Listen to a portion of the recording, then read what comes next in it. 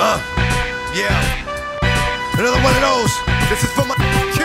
Down to earth. Join peace, baby. You know how we roll. There's so many that don't. Hello, welcome to the Chapter 25-26 lecture, although really it is mostly about Chapter 26.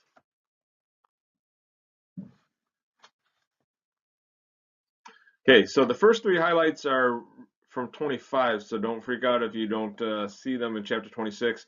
Chapter 26 really picks up when they start talking about the war on two fronts. Okay, so the background here, some of you guys have asked about what about foreign policy during the 1920s. This is really foreign policy during the 1920s into the 30s, okay? So you get a couple points here. First is the post-war disillusion after World War I, and then the nationalism that we have, love of country, and then the fear of communism kind of equals an isolationist policy. So 1920s is really isolationist, and really first half of the 30s. But we do have some economic interests that require global involvement, so we get involved, but minimally, as much as possible. And the last point is key here. Also, Americans desire peace, but they don't want to give up sovereignty. So again, that's why we didn't join the League of Nations, and we don't really want to use our military as well. And I probably should add at this point, this is going to be a little bit different from Mr. Ignati's lecture. His lecture has fewer words, more pictures, and he's there to explain more. This one, the lecture that I'm using is mostly from the textbook manufacturer, so it kind of follows along with the textbook. Okay, so the 1920s, if you remember, the U.S. rejected the League of Nations, even though that was Wilson's idea. So what we do instead is we have a Washington Conference here in 1921. So we bring the major powers to Washington, Japan, Italy, Great Britain, France, and they hammer out these 4, 5, 9 power treaties. And I wish I was here to show you real quickly the 4 power treaty. That is, everybody is going to respect territories in the Pacific. Everybody's kind of equal in the Pacific. So your mnemonic device, number 4, equal sides. Everyone's equal. Where are they equal? They're equal in the Pacific. Okay, the 5 power treaty deals with ship tonnage. And so countries are kind of racing to build naval ships, creating a global arms race. We put a stop to that. And so, we set a ratio so we didn't have to really race. Everybody got their share. Okay, and so to help you remember that, what has 5 sides? A pentagon. And pentagon deals with military. 5 power treaty deals with ships, which are in the military. Last one is the 9 power treaty. 9 power treaty just re-emphasizes the open door in China.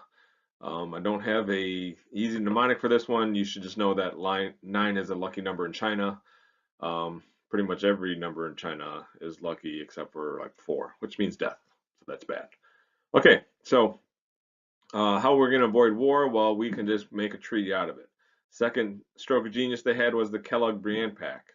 The Kellogg-Briand Pact, they got countries to sign on saying they're going to outlaw the war as a policy tool. So you can't use war. It's like stroke of genius. Why didn't somebody think of that before? If we just made war illegal, then nobody would actually go to war. Okay, help you remember that one. You can think about, instead of going to war, they sit down and eat some Kellogg's. What kind of Kellogg's are they going to eat? Well, Raisin Bran. Thank you very much. Okay, when it comes to debts and diplomacy, again, the Dawes Plan, we talked about this. This is where we loaned Germany $200 million because they're in threat of defaulting on their loans to the Allies. So we loaned Germany 200 million, I'm sorry. They turned around and paid Great Britain and France, and Great Britain and France turned around and paid us back for the debts they incurred during World War I. So it turned out to be a lot of nothing. Latin America, when it comes to Latin America, I think it's on the next slide here. Yep, Latin America. So 2 things. If you remember the Roosevelt corollary and really Taft's dollar diplomacy, and really frankly for that matter, Wilson, we have been a bad neighbor. So under Roosevelt, we are going to try to be a good neighbor. Okay, so good neighbor policy, we try not to intervene, although we still do a little bit, but at least the attitude is different. Clark Memorandum kind of renounces the Roosevelt corollary, saying that really it's not legal and we're not going to use that anymore. although we do get involved sometimes. Okay, so you guys, that is pretty much the 1920s. We are trying to stay out of it. Okay, we're trying to stay at home, um, not getting other people's business, seeing if we can make treaties and such to keep the world peace. Okay, so what happens? 1930s come along, and some of that is into the 1930s. America's isolationist. Okay, why are we isolationists? Several reasons. One, some of the Wilsonian idealists that had those high ideals for World War One, they are kind of bitter about things, and so it's like you get burned, take your toys, go home, and you don't play with other people. Second reason, an important one, is the Nye Committee. So like Bill Nye the Science Guy, and so the Nye Committee, when they investigated how U.S. got involved in World War One, the conclusion of the Nye Committee, so this is a congressional committee, conclusion of the Nye Committee is that munition makers and chemical manufacturers kind of misled us into war, okay, so that they can make money. And so, a lot of Americans were kind of dismayed by this idea that we didn't fight the war to make the world safe for democracy. We fought the war because munition manufacturers and chemical makers tricked us into getting into war. And so what's happening, and this is the buildup here. So what's happening over in Europe, and frankly Asia for that matter, is that there's hostilities breaking out. Okay, so 1931, Japan takes over Manchuria. 1935, Italy invades Ethiopia. 1938, by that time, Germany had already occupied the Rhineland between them and France. They'd merged Austria and Germany under Hitler's leadership, and now he's demanding the Sudetenland from Czechoslovakia. Okay, and what Congress does here in the Neutrality Acts, they passed 3 different Neutrality Acts. Okay, and I think you don't need to know what the first, second, and third necessarily say. You should just know total what they say. So it says the U.S. citizens can't travel on the ships of belligerents. Okay, there are no arms sales to countries at war, belligerents.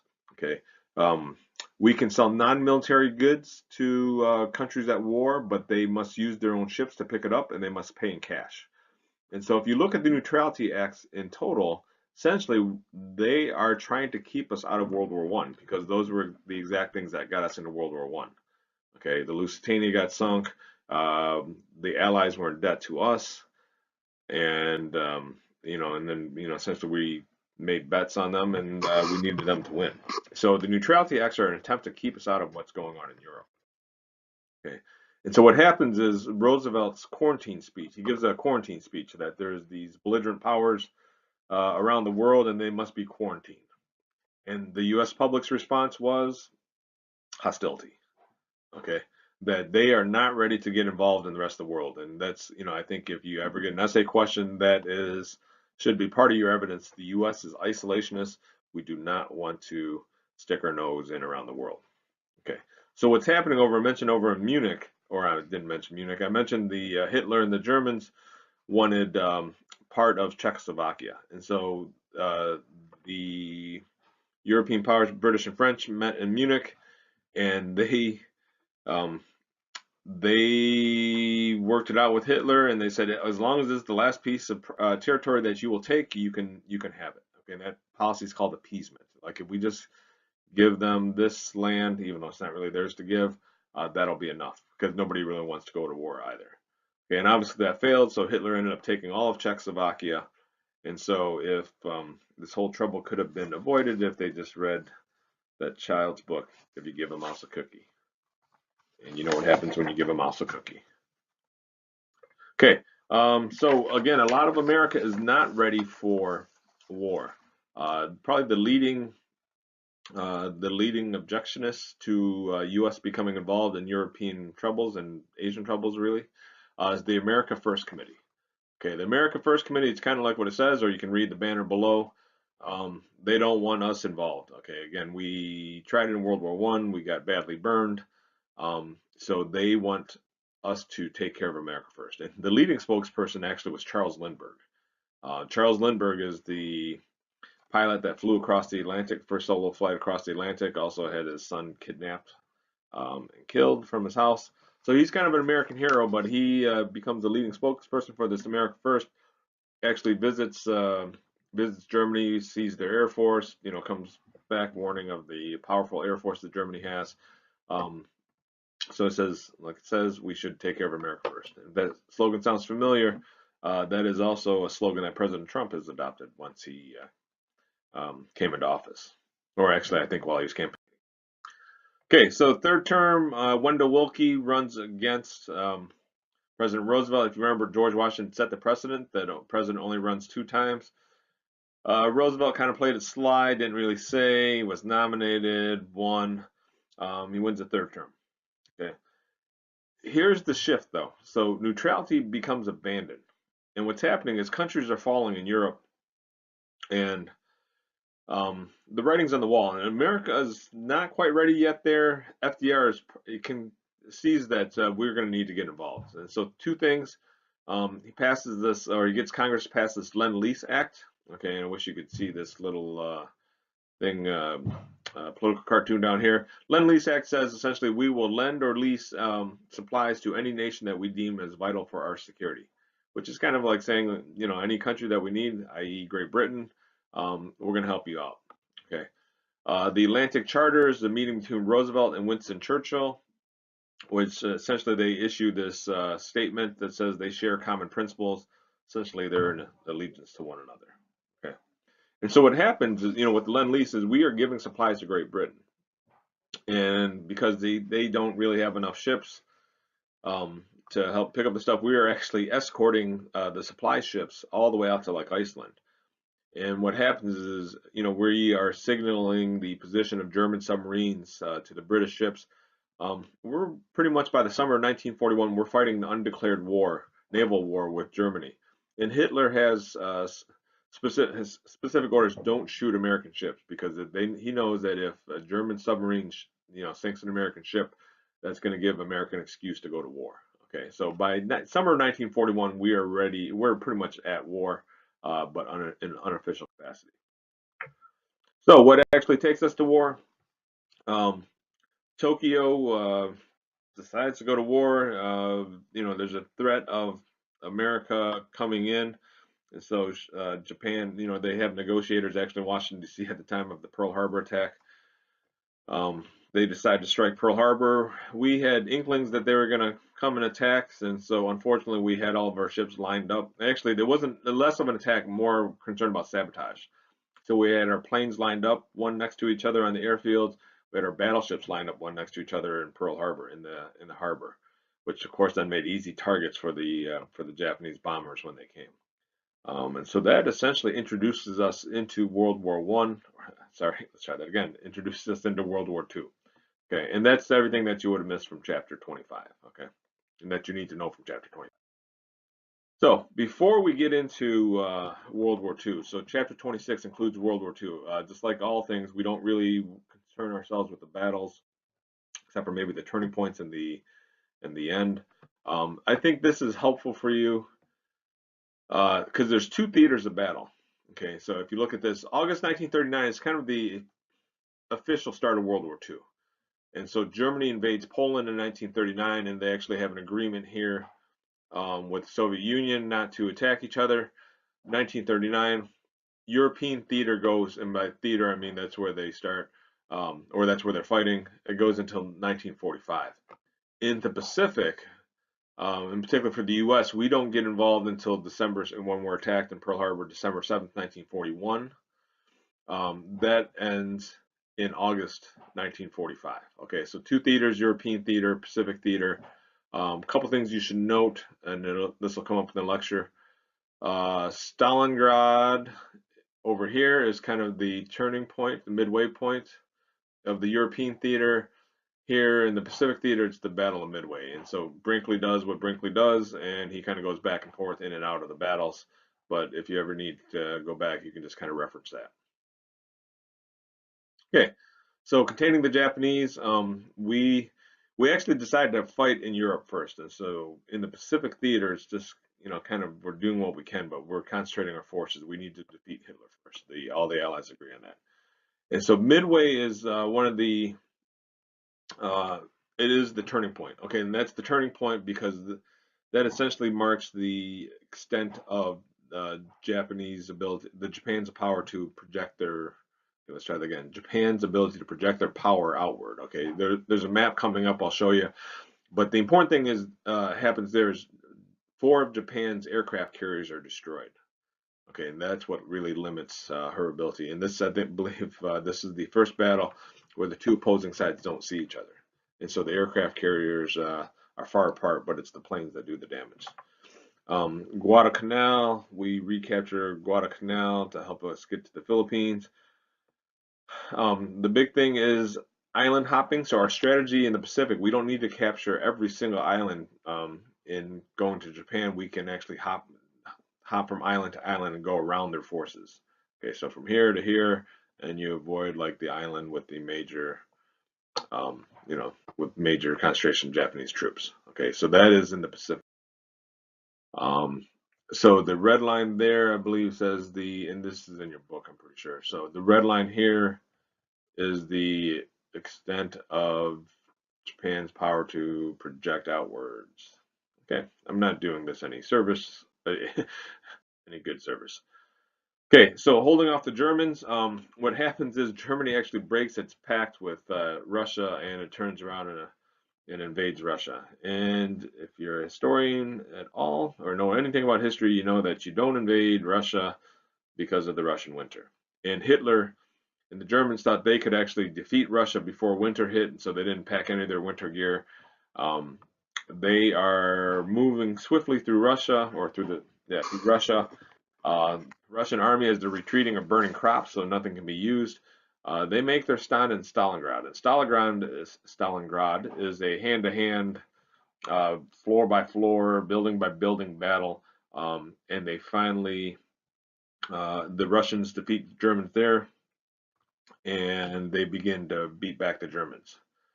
There's a dispute over the second front. So Joseph Stalin, leader of Russia, excuse me, is really, really angry that the U.S. and the British have not opened a second front yet. And there's a map of Europe. I'll show you what the U.S. and Germans decide. What the U.S. and Germans, okay. It's a nice day, fellas, gals. What the U.S. and Britain decides to do is go through North Africa and Italy first. Okay, and Stalin's angry because he is losing thousands and thousands of men. They actually lose the most soldiers during World War II. He wants a second front open. We don't. We decide to go through Italy first, which delays the D-Day landing in the second front for a couple months, I believe. Okay, America and the Holocaust. So anti-Semitism. There's a lot of debate about whether we knew what was going on with the Holocaust, whether we knew that the Germans were rounding up Jews and killing them in the concentration camps. And everyone's pretty sure we did know. Okay. There was actually the anti-Semitism. There was actually a ship, the St. Louis, that came to the United States. There's filled with refugees, about 1,000 Jews that were able to escape Germany. The U.S. refused to let them dock and turned them away. They had to go back to Europe, and they distributed. Some of them people got off in France and Belgium and Great Britain, and then France and Belgium were subsequently taken over by the Germans. So there's been a lot of arguments like, why didn't the U.S. bomb the concentration camps? They were flying close to them. Why didn't they bomb the railroad tracks that were helping? They had the trains that were bringing people into the concentration camps. The argument went that what we needed to do was defeat Germany first, and that would have diverted the war effort. I think historians generally are still skeptical that we didn't. And so part of this official anti-Semitism was there's an administrator in the U.S. government that is decidedly anti-Semitic, and he's the person that doesn't let the St. Louis boat dock. He doesn't increase the number of refugees, in fact, that we allow in. In fact, we don't even fulfill the entire allotment of refugees that we are willing to let in. Okay, so this is the World War II in North Africa. Again, before we opened the second front, we decided to defeat the Germans in North Africa here and go through the soft Sicily and to go up the soft underbelly of Europe, Italy.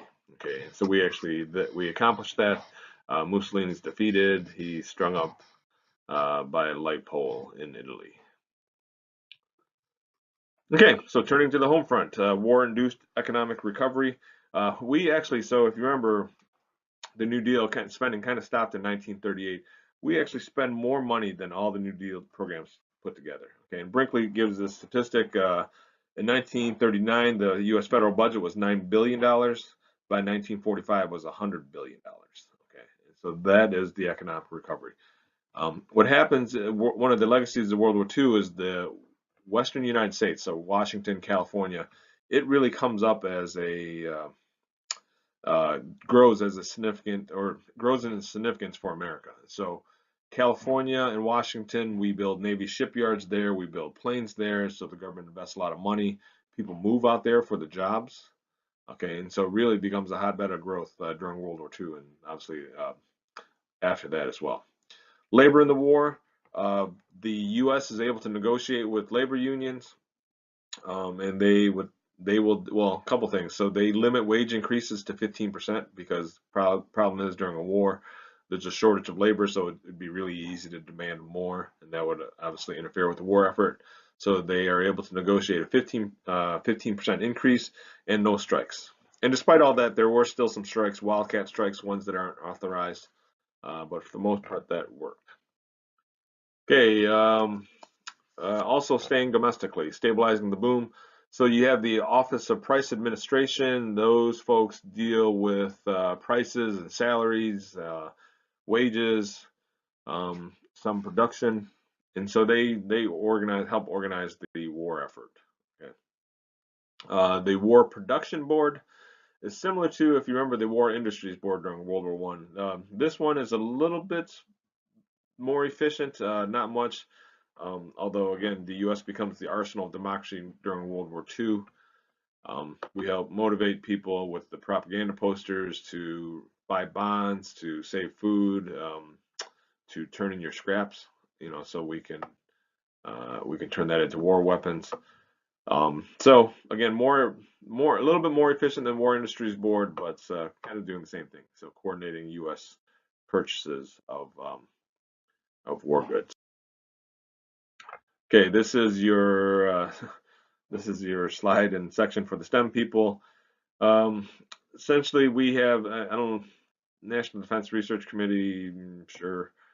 We have the radar and sonar that become better and more efficient, so that we put them on our airplanes and our submarines, and actually really helps us during the war.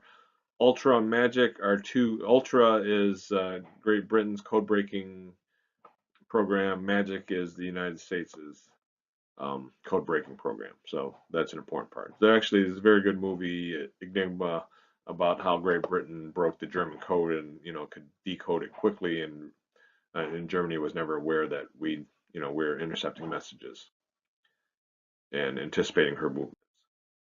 Okay, African Americans in the war. African Americans in the war is kind of the same thing. Let's see. For work purposes, they worked in factories, experienced some discrimination. The Fair Employment Practices Commission was issued or created by Roosevelt to prevent a march on Washington. So A. Philip Randolph, remember, was going to march on Washington. Roosevelt thought that would look bad, like we were not united in this war effort if there's a big protest going on in Washington. So to get them to not march, he creates this Fair Employment Practices Commission, forbids discrimination in defense plants. So any plant that was making war goods could not discriminate. Congressional racial equality, they'll become more important after the war, but they are fighting segregation. So in places where there's a sizable number of African Americans, they're actually fighting segregation and have some success. If you look to the right, these are the Red Tails, black pilots that were segregated.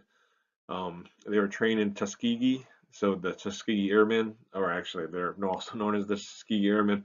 And one of the things you should note, for African Americans, segregation in the military was slowly changing. Okay, so they began to relax it, and they kind of saw how stupid it was that to relegate African American members of the military to menial tasks when they needed every last man they could.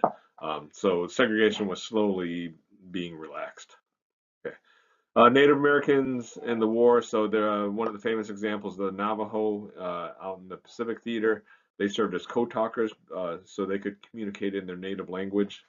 And the Japanese were actually unable to break that code. There's a movie made about that as well, although I think not a very good.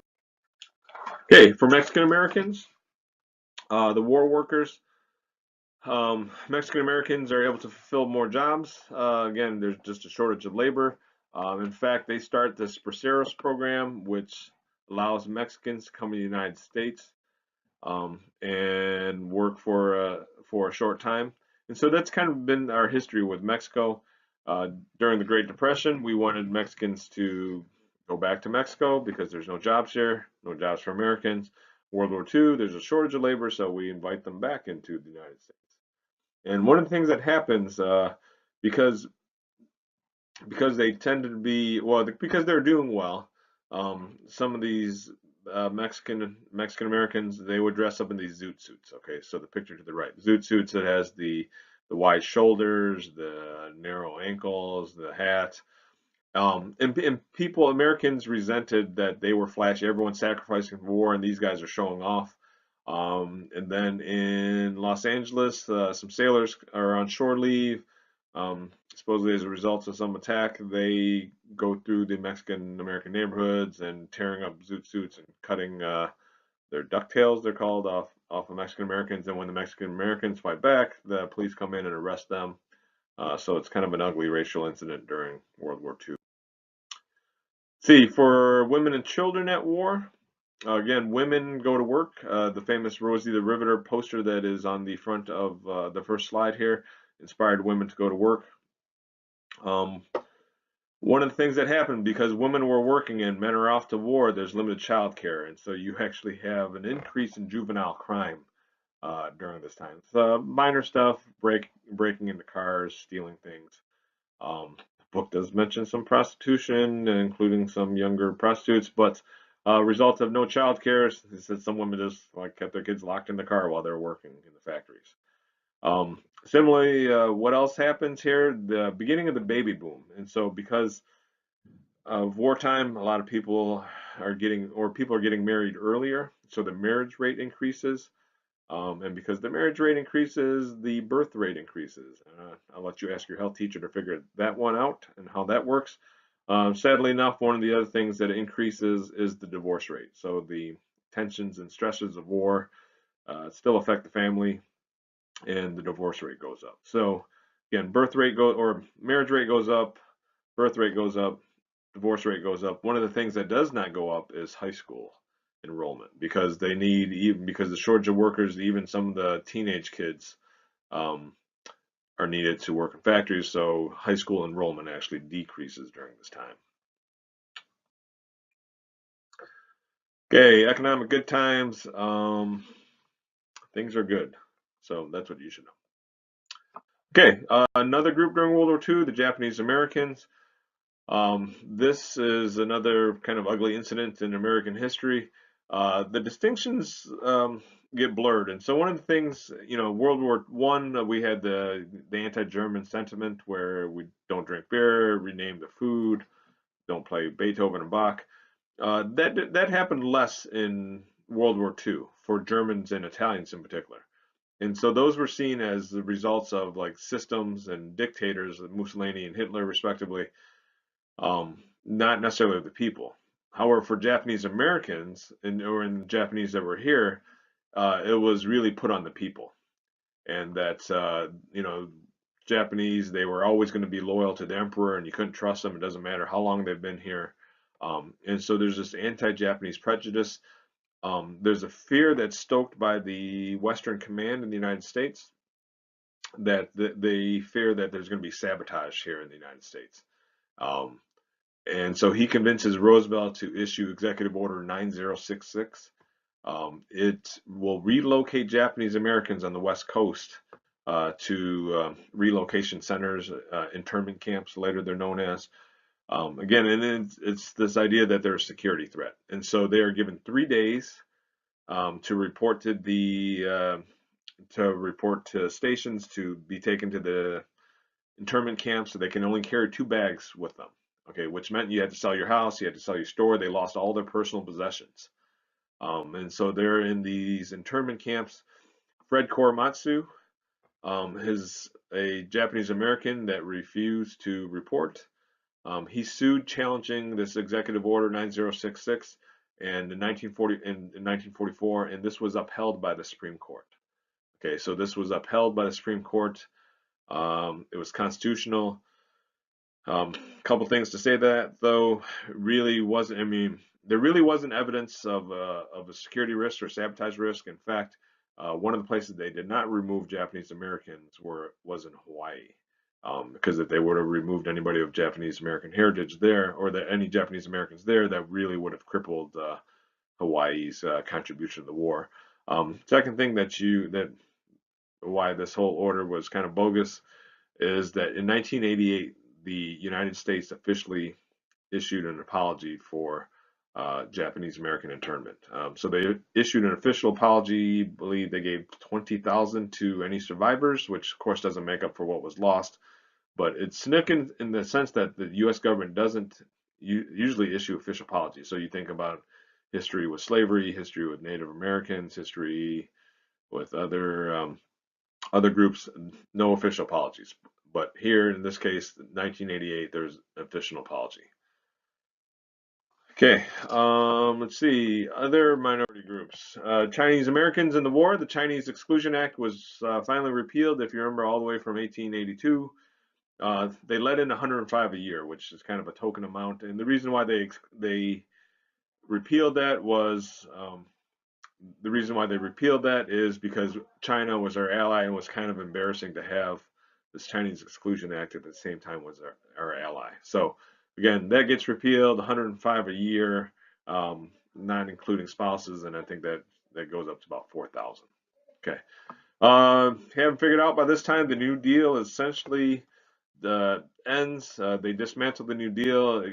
Roosevelt moves away from being, I think Brinkley says, Dr. New Deal to Dr. Win the War. Okay, and by the way, 1944, he wins a 4th term, totally unprecedented. Okay, so approaching the end of the war here, liberation of France.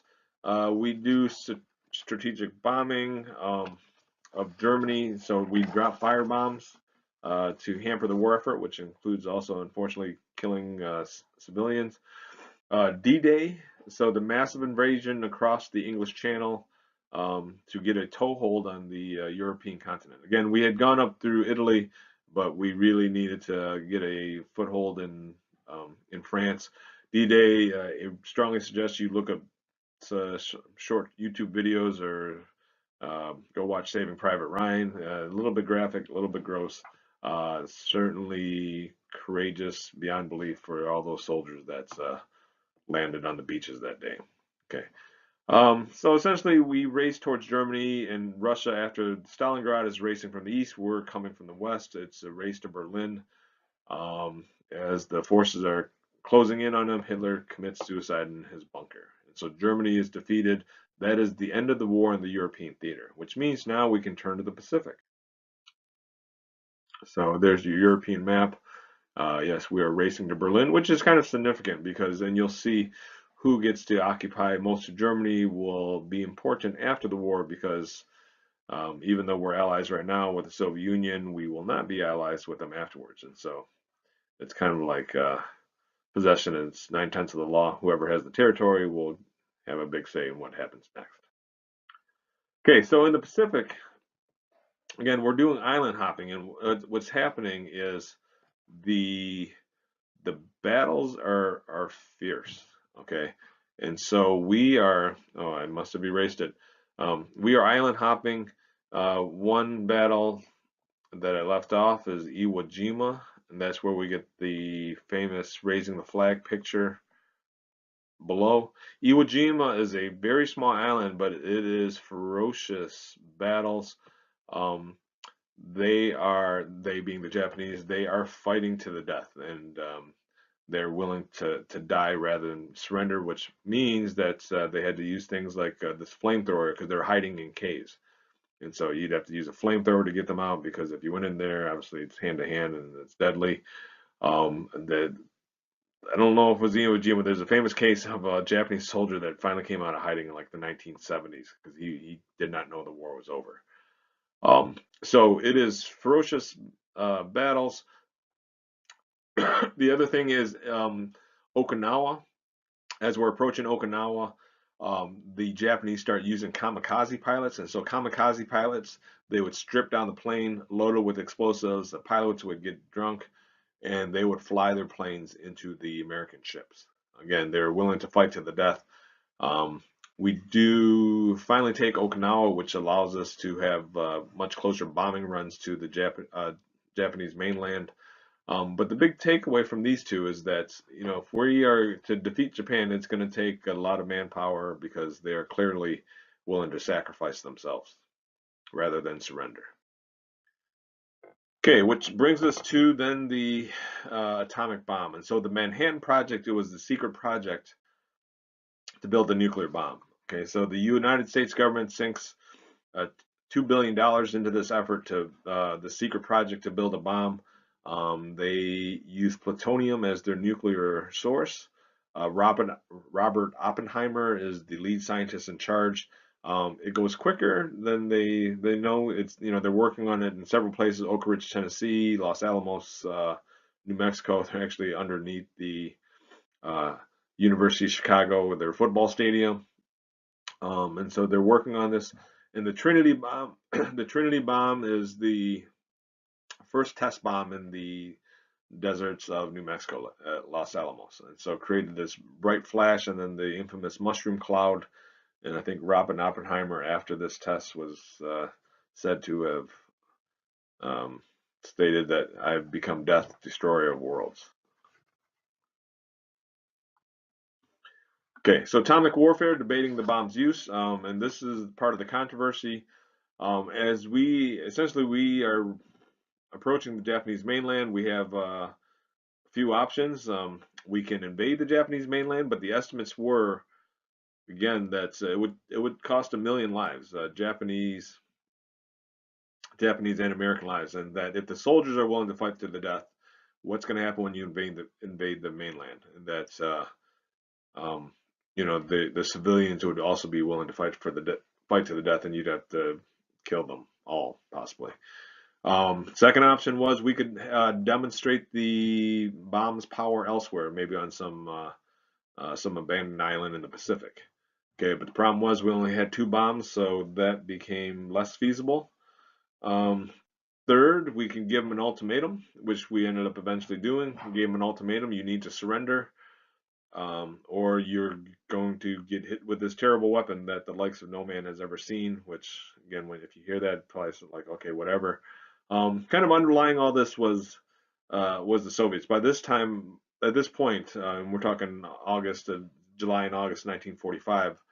Our relationship with the Soviets had begun to fall apart. With the Russians, had begun to fall apart. And some people believe we were trying to end the war before before the Russians entered the Pacific Theater, because if they're officially in the Pacific Theater, then they get part of the quote unquote spoils of war.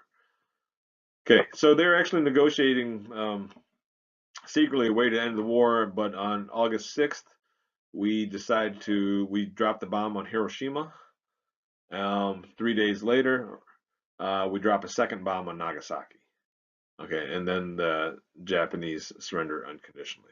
Okay, one sad story that kind of goes with it. There was actually a man that was in both Hiroshima and Nagasaki. So he was in Hiroshima, survived the blast, and he's such a good worker for his corporation. He didn't know what to do next, and so he decided to go to corporate headquarters to get instructions.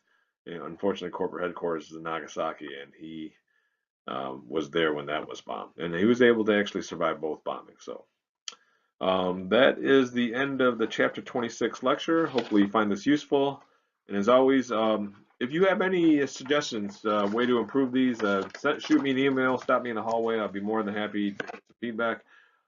As always, please subscribe, and don't forget to buy the merchandise. Have a good day.